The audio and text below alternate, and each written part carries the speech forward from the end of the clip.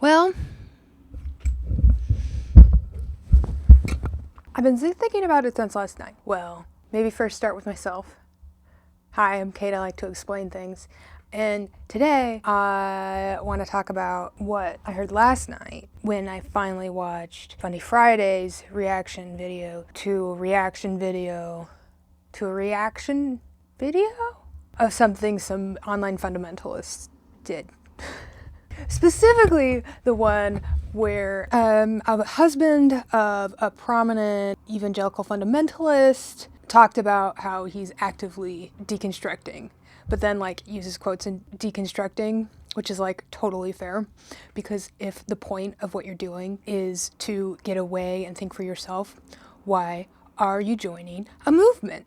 Yeah, after you've deconstructed, maybe you can recognize that that's what you did and then join a community of like-minded individuals. But yeah, I can see why somebody who's trying to be a free thinker because they've been told what to believe their entire lives doesn't want to just get in bed with another movement.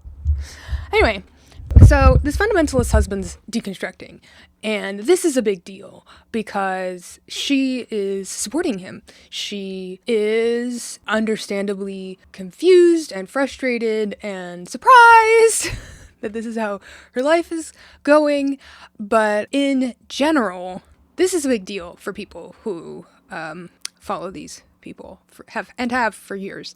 So it was really exciting for Fundie Fridays to listen to all that they got to hear. And obviously you can watch them too. But something specific that this guy said, is his name Dave?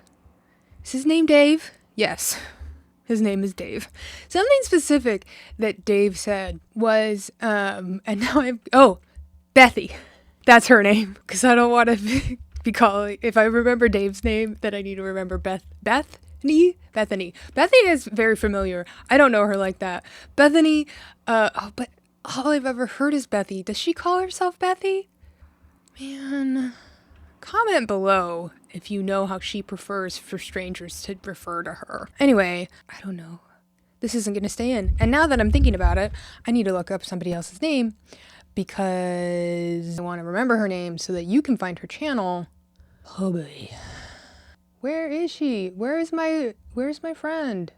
Did she use Disney music in her last video? Is that why I can't find her? Side note. If you found this video, watch my last video. It is severely depressed because I use Hakuna Matata in it. Stick to the mouse. Actually, you're not sticking it to the mouse. The mouse isn't claiming money. Stick it to Google because they won't let you see it because it doesn't earn them money. This should not be as difficult to find because she's a real therapist. Here she is! Okay, Faluso, Dr. Faluso. She is a real doctor. And now that we have everybody's names remembered, we're going to talk about something Dave said. So Dave said that when he started questioning aspects of his faith, people kept telling him, you don't need to do that. You can look for your identity in Christ. Find yourself in Christ. Rest in him. And then you don't need to worry. Then you won't be worried anymore. Then you won't have these feelings, which he very aptly described as, I don't want this to be true. And if I was somebody who believed that God actually wanted hierarchies of power, I wouldn't want it to be true either. Luckily, I don't believe that, and I haven't really ever been that invested in that idea. My deconstruction journey was figuring out the history of how homosexuality became a sin and figuring out that what is happening? Well, that's just a sign. I have no idea how that happened. God's on my... What happened? That's so bizarre. Okay, anyway. Yeah, and then figuring out that men hold on to power in Christianity because men like to hold on to power, and human men like to hold on power and create power structures that look a lot like patriarchy. Human men really love patriarchy. God maybe predicted that patriarchy was going to happen, but I don't know that he wants it to happen. You know what I mean? And so, like, anything that is patriarchy, like, we can take that with a grain of salt. Once I accepted that, and, like, there weren't a lot of hierarchies left. You know what I mean? Unless you're a biblical fundamentalist and you're in some of the most conservative aspects of a white supremacist colonizer state. If you are in the most conservative part of a white supremacist colonizer state, then there's a lot more hierarchies to go. So I feel bad and understand why somebody who is feeling this call, this intuitive understanding that maybe he didn't say this, but like, what else would he be reacting to? What else would he not want to be true? I mean, it would be convenient to me if everybody went to heaven and that hell didn't exist. But like, I do think salvation is important. I don't care what happens in the afterworld. What is happening? Okay. Anyway, so Dave, a man who's married to a prominent online influencer who is also not evangelical anymore. They don't go to an evangelical church. They go to a mainline church, which I'm sure is more conservative, but also has to make peace with more progressive members because they want to stay together. And evangelical churches don't have to, so they can just split off and do whatever the crap they want. This guy's deconstructing. Part of that was stalled by spiritual bypassing. Dr. Faluso identified, and so did, intuitively, without a name, our good King James. Both of them identified that when somebody is telling you, oh, rest in Jesus, don't think too hard, baby. You sweet little baby, you don't need to think too hard, you need to rest in Jesus. Somebody who's saying that is participating in spiritual bypassing. Spiritual bypassing is the idea that you say something that sounds spiritual, but is pretty much meaningless to the person who's genuinely struggling with something. And I think that, I mean, going back to what I said earlier about church hurt being very valid and not liking how it's used to kind of minimize deconstruction, I think that what Dave is describing here could be described as that in some regards, because when you're talking about, like, I was asking for guidance and people were telling me to just feel God's love more or find your role in him and rest on it. What those people are doing is playing you off. They're not trying to help you. They want to pass the buck on to God and you to figure it out because they don't want to deal with you. They just want your tithe and they want you to shut up and get out of this office. Mm-hmm.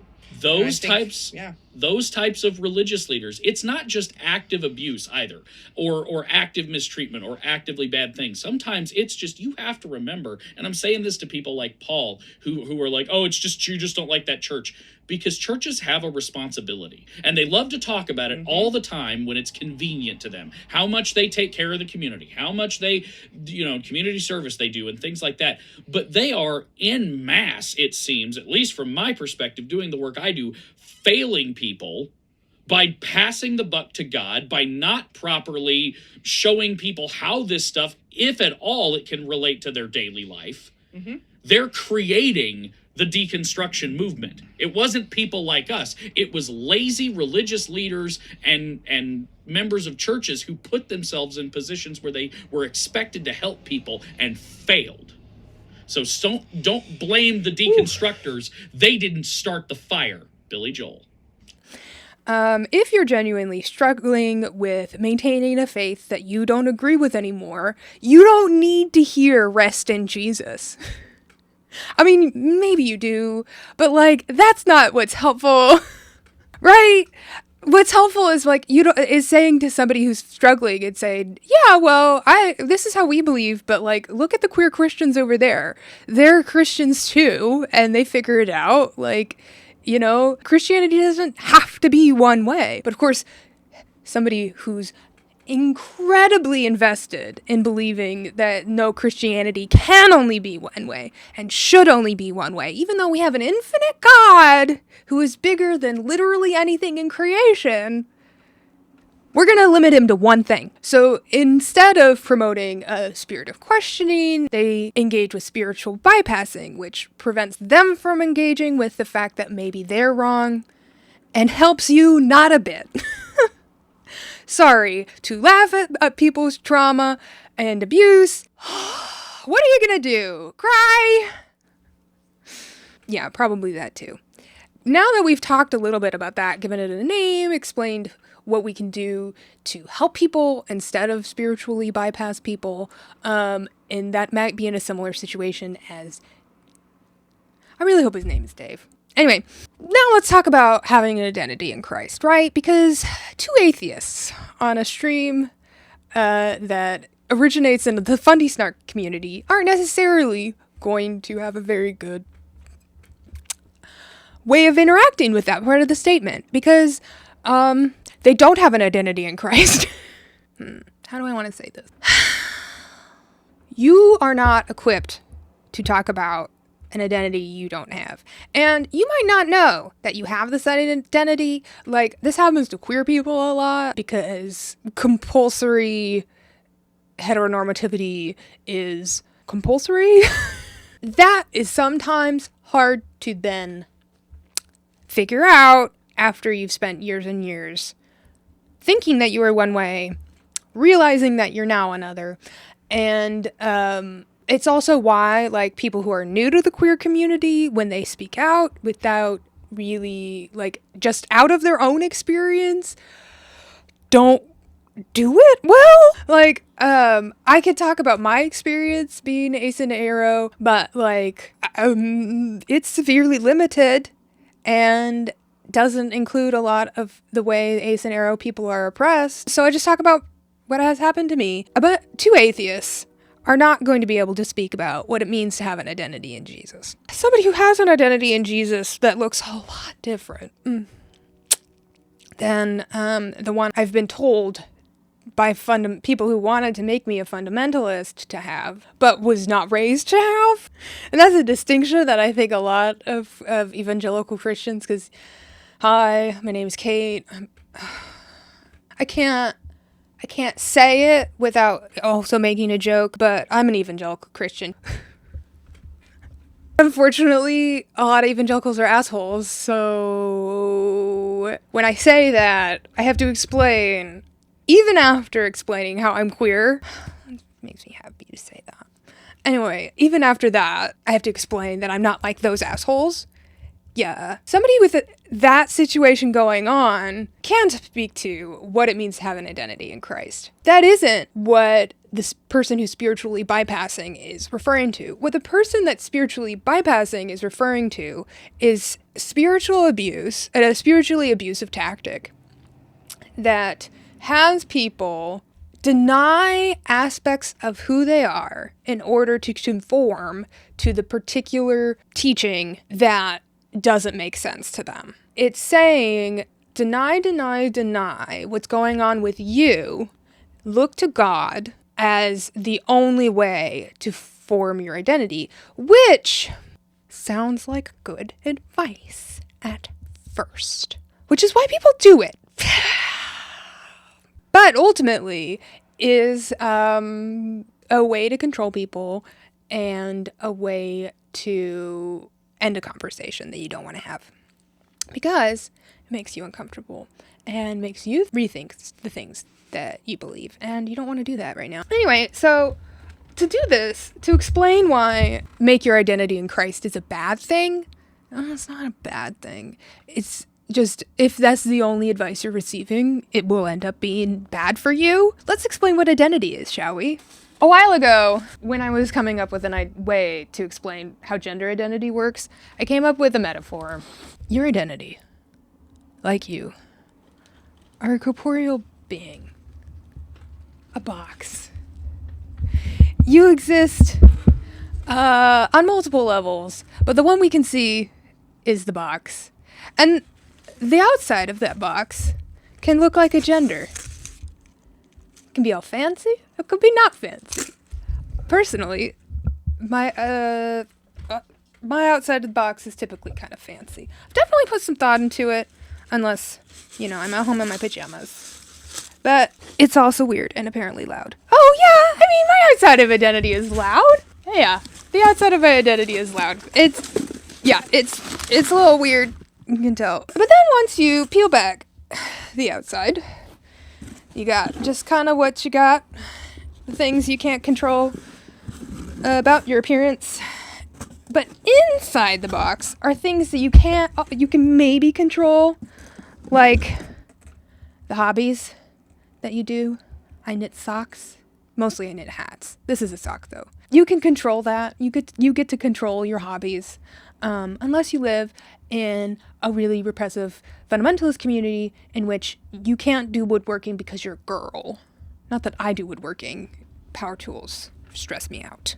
Anyway, you can kind of control the holidays you celebrate. Like, you actually are in control of the celebration. But like, if you were raised Christian, you celebrate Christmas.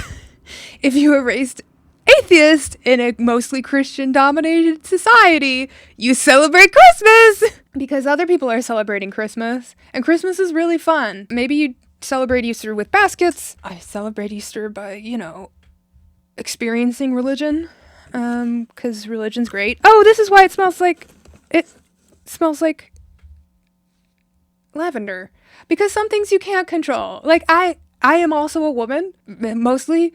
Like, so inside is also woman. This is, I saved this because I went as cottagecore Barbie, because I can just dress up as in cottagecore like anytime, to the Barbie movie. This is lavender, and this is a really pretty vintage handkerchief. Those were the things that I could save of what I did with my hair. So the inside is also, sometimes the inside matches the outside. But then, like, also sometimes it doesn't. Sometimes you've got whatever this is. The thing that doesn't do gender, it just does slugma things. Anyway, you've got your health. This is an Advil dual action. Not sponsored. Because, like, I have pain in this shoulder. Yeah, you have pain and trauma that sticks with you. And then you've just got, like, things that appeal. I love cats. And I loved purple cats. So I had to buy this figurine, because sometimes your possessions show who you are to the outside world. And sometimes what you are is weird. I got this thing that has melted at a barcade. Barcade? Can you drink beer there? At an arcade as a reward. It's a pen. It's the thing, because there's more to weird than just what you see on the outside, right? And unfortunately, I couldn't find any Star Trek things.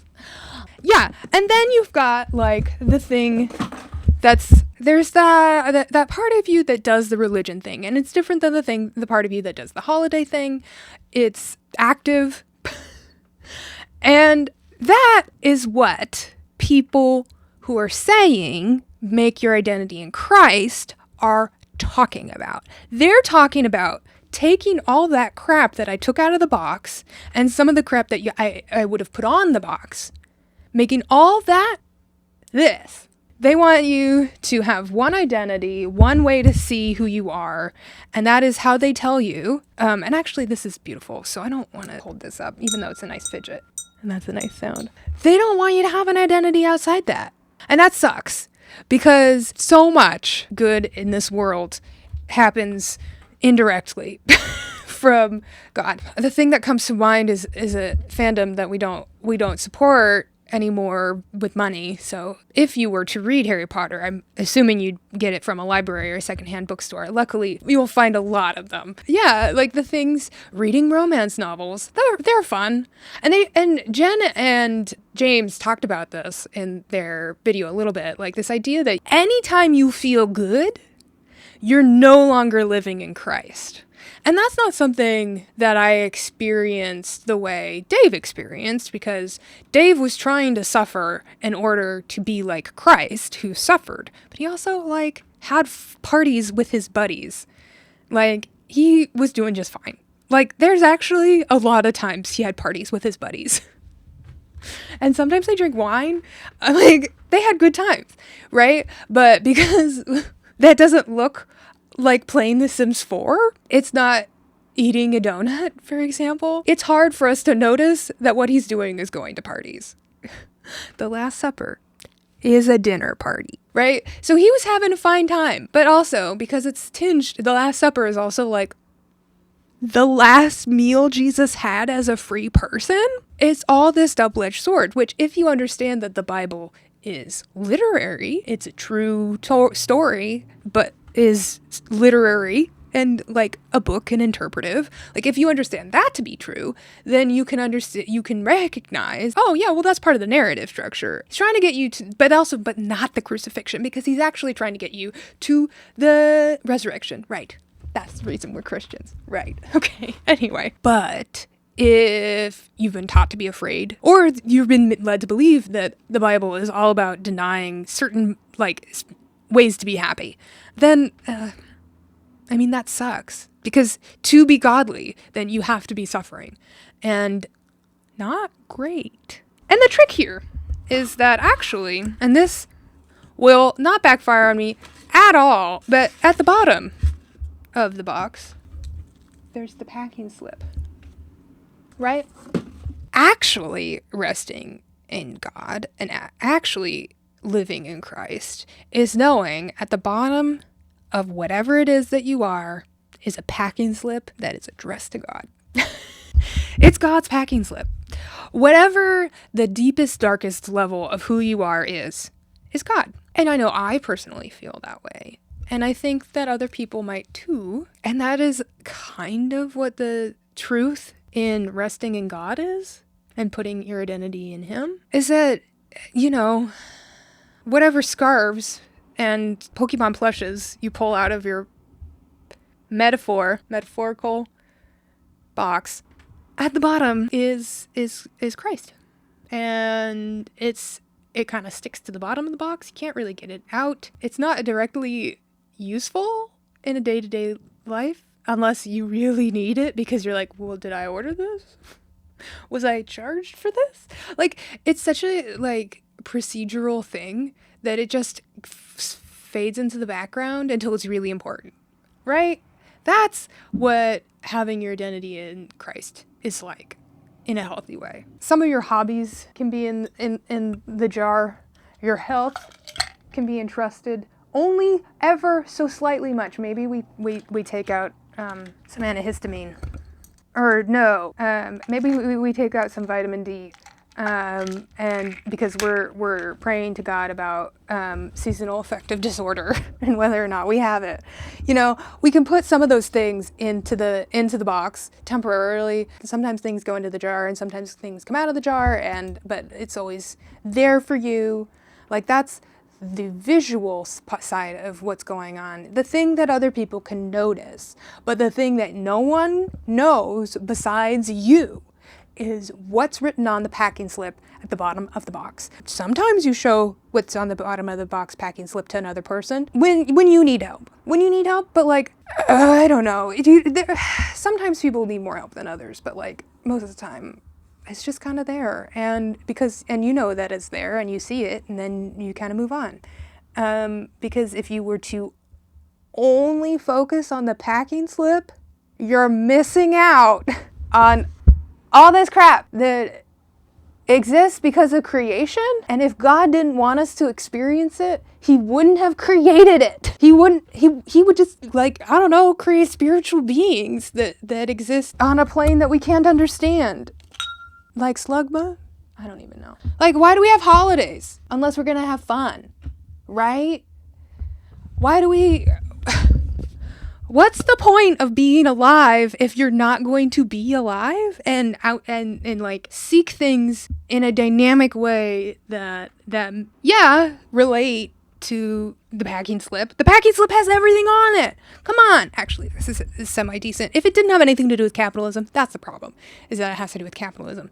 But that's not my fault.